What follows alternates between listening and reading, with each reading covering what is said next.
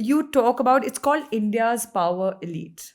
So I want to ask you, is the power elite connected to a particular class or caste? And how far have we evolved since 1947? Although we are very clear that the Constituent Assembly also had just elites of different kinds, landed elite, different sort of elites, English-speaking elite.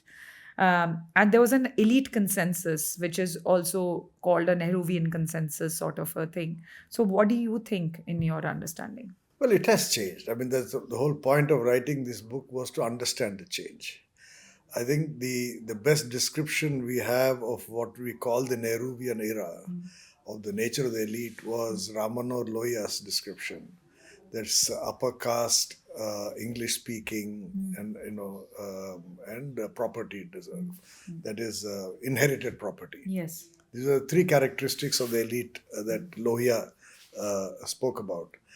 And I argue that all three have changed. That Okay. today the business community is not only about inherited elite. I mean, the big ones like, say, Ambani, the inherited property or inherited wealth. But a large number of people are there today who are millionaires and even billionaires whose wealth is not inherited.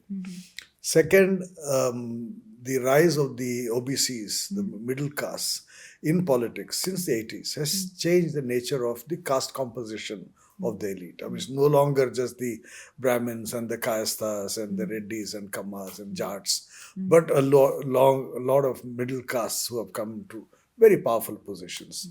And third, English speaking is no longer important. I mean, in large parts of the country, vernacular has become important. You go to Tamil Nadu, it's Tamil, in Bengal, it's Bengali, in Gujarat, it's Gujarati. And so the local language has become quite important, even in business. I mean, I used to be editor of the Business Standard newspaper, and we had a Gujarati edition of Business Standard because Gujarat was one state where you had investors who could not read English.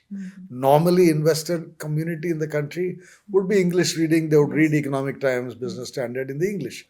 But Gujarat had a investing class, which was only in the could read only Gujarati. So we had a Gujarati newspaper.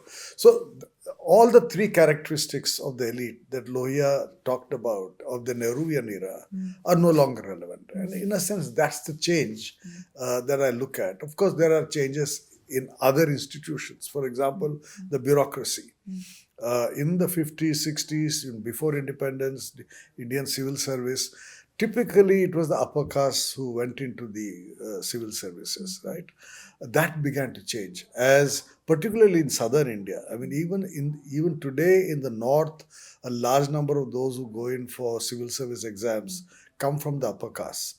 But you go to South India or Western India, the upper castes are into business, into finance, into engineering, into medicine, and it's a middle caste that are getting into IAS, IFS. So there's a change in the class and caste composition of even the administration. And then look at Parliament itself, the membership of Parliament. In the 50s, 60s, a dominant share of parliamentary seats went to landowners, peasants. That has changed. Now we have more and more people with an urban background coming into parliament. So all these institutions of power, the class and caste character of these institutions has changed, and that's what I try to record.